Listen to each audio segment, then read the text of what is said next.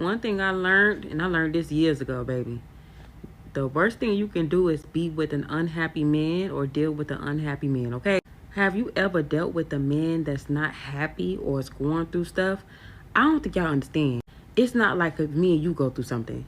An unhappy man is a miserable man, and he's going to make you miserable right along with him. I don't know what it is about men. Like, I don't know if it's their pride. I don't know if it's their ego. But they turn into really, really shitty people when they aren't happy. And that could be financially. That can be in a relationship they in. Whatever, it's just not working out for them in their life. They will make you miserable and everybody around them fucking miserable. That's why, like, if I decide I want to talk to a man, I prefer for a man to be at his best, like, mental state, financial state.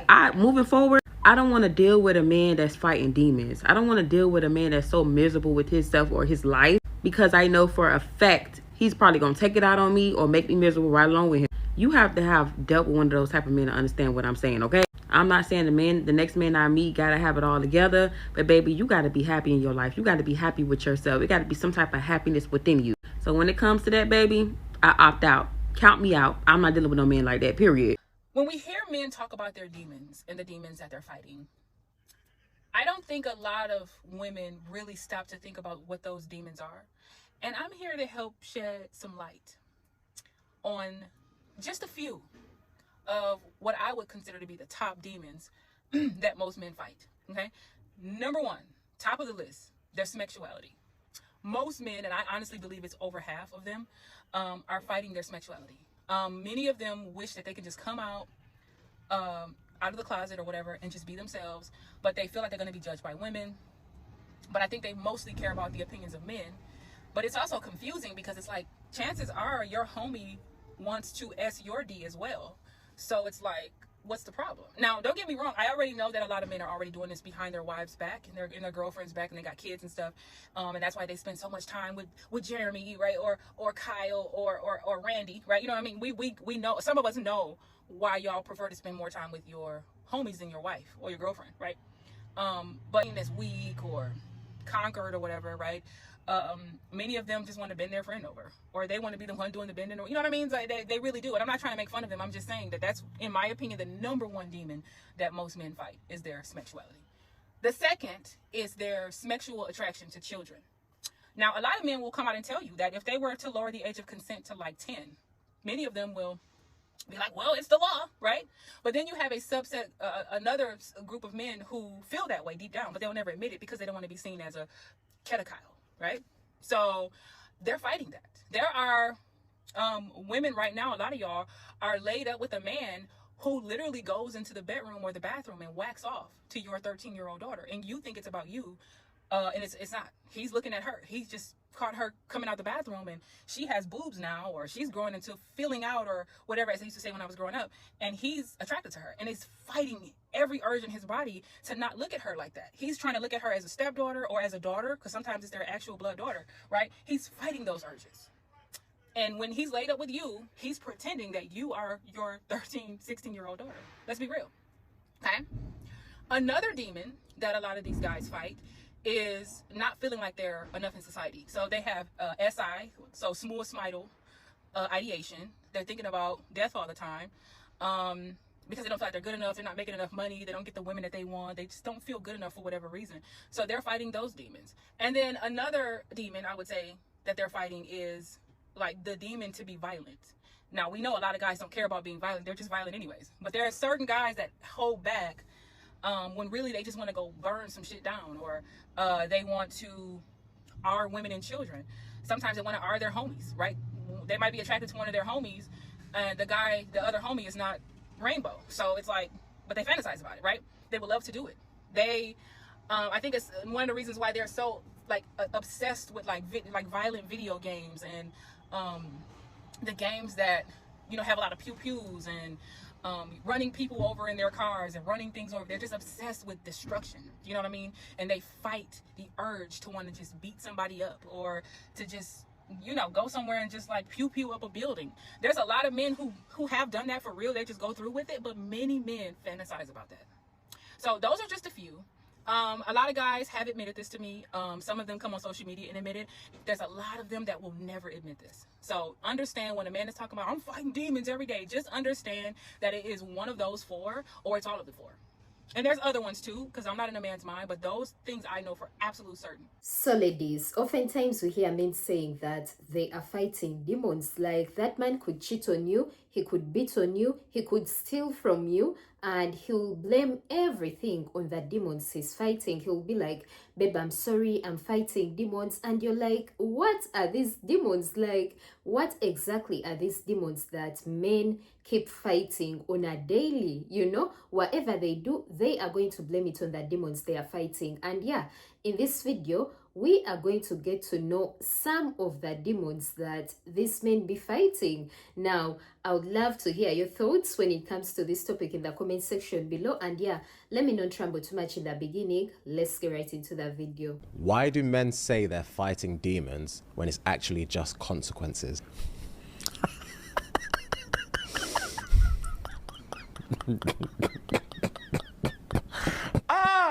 I'm fighting demons. Oh, bro. Nah, it's just the consequences of your actions. Yeah, bro. We love a pity party. We love to say, this is the difference in men and women, yeah? When we get caught doing bullshit, Yeah. we love to be like, I can't control it. The devil is under my skin. I want to talk to you about a man who said he's fighting inner demons, right? So, if a man tells you that he's fighting inner demons, it's either one of two things that I've come up with, two conclusions. One, he's deeply insecure within himself. Those are his inner demons. He feels inadequate. He feels that he doesn't measure up to anything, which equals inadequacy. He's not secure financially. He's not secure emotionally. He has mommy issues.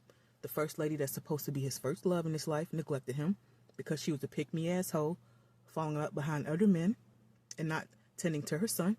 Or then you got the other pick-me asshole, the pick-me that coddled her son so much that made him think that he was God's gift to women, and those so often don't have a male influence over their life. So he's more feminine than you. Too much femininity. Just a hoe ass nigga. And then we got the number two. The number said the second reason why a man will tell you that he's fighting inner demons is because he's gay. All that testosterone he has built up in his body because he want to tamper with another man's butthole. That's the reason. That man who has serial baby mamas, multiple baby mamas, he's gay. You're a serial cheater. You want to sleep with multiple women, aligning women, just to cover up the fact subconsciously that you want to sleep with a man. You're gay. There's no other way around it. Now, if you think about something else that could be possibly wrong with a man when he's fighting inner demons, it falls under the subcategory of him being insecure, not sure of himself, or he's gay. There's no other way around it, but I'd like to hear your thoughts about it. That's just the conclusion I came upon. As soon as a man tells you he's fighting demons, just know he's the demon he's fighting. And soon, you're going to be fighting the demons too, because you're going to be fighting him. I mean, just run. When he tell you he fighting demons, just know he fighting himself. It's some imaginary BS that he's going through. Some delusional type situations he coming up with. Give me your ear. Listen to this. You will never be able to make an unhealed man happy. I know you think you can.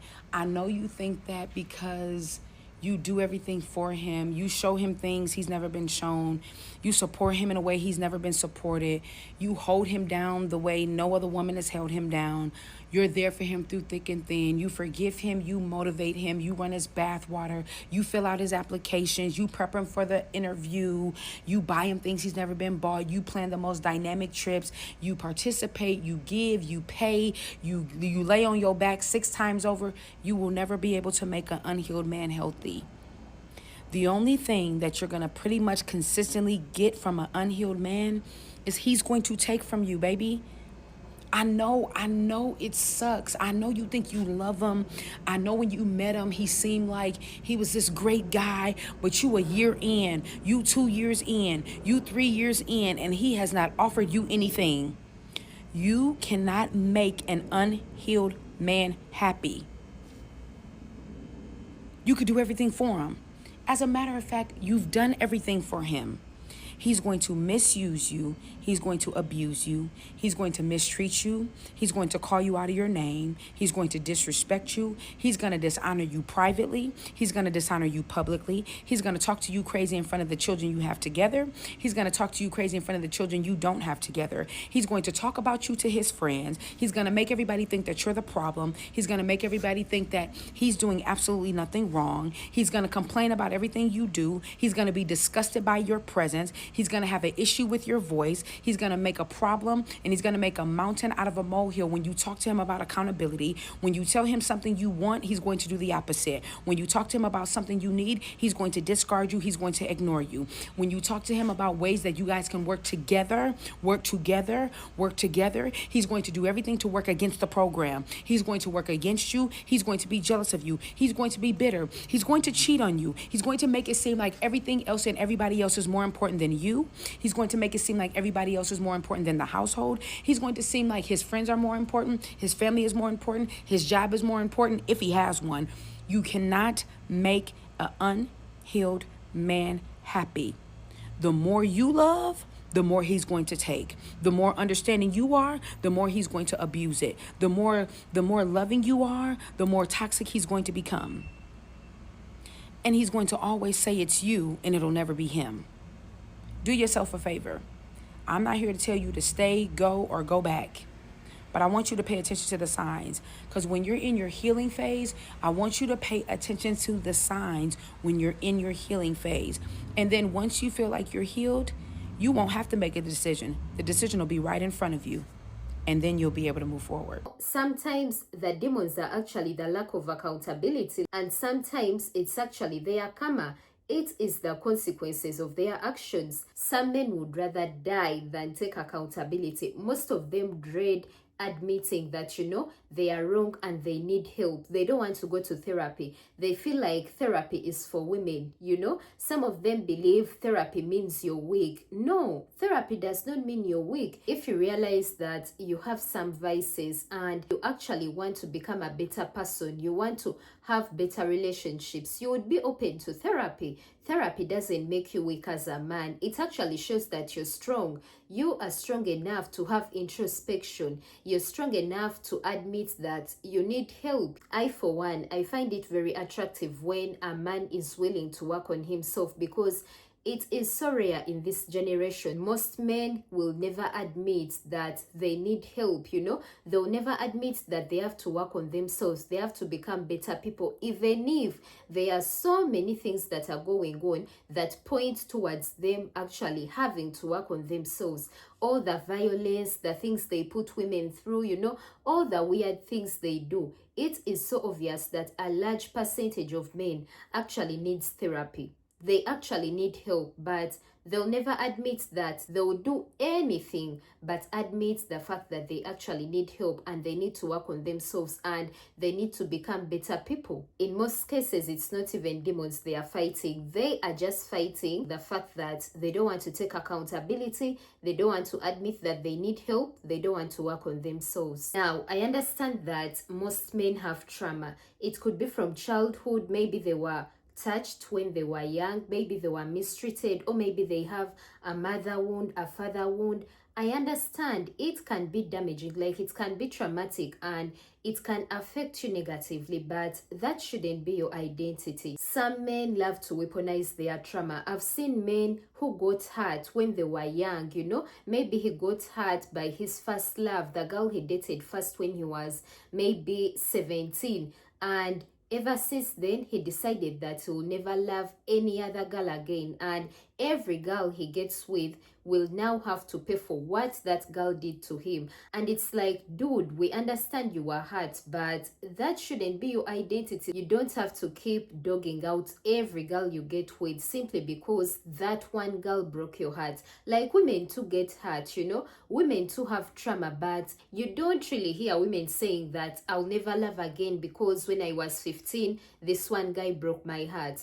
Like, we understand it can be painful and all that stuff, but don't make it your identity. Recognize the trauma, recognize the pain, and get ways of working on it, you know, go to therapy, talk to someone about it, you know. You don't have to keep dwelling in the pain, you don't have to keep dwelling in the trauma, you don't have to hurt innocent people just because you are hurt, you know. Like, that's not the way to go about it. You shouldn't weaponize your trauma against other people. And ladies, let me say this: if a man is unhealed, if a man is always dwelling in his pain, always dwelling in his misery, always weaponizing his trauma, that's not the type of man you want to be with. An unhealed man is going to traumatize you. He is going to frustrate you, you know, because he wants you to be miserable just like him. You are going to pay for all the bad things he has gone through. You're going to pay for all the hurt that has happened to him, even if you have nothing to do with it. He is going to make you pay for what other people have done to him. It doesn't matter how good you are, how understanding you are, how hard you try to heal him. If that man isn't ready to heal, there is nothing you can do about it. He's forever going to be miserable, and he is forever going to weaponize his trauma against you. You don't have to stay in that situation, especially if you've tried time and time again to help him, you know, to help him heal, to help him grow out of it, and it's like he's just comfortable being that way. It's high time you subtract yourself from that situation, because that man is only going to eat away at your mental health. But anyways, tell me what you think about this topic in the comment section below. And yeah, don't forget to like, share, comment, subscribe if you haven't already. Hit the notification bell so you get notified each and every time I drop a video. Till next time, I remain Lisa. Peace and love. I love you all. Bye.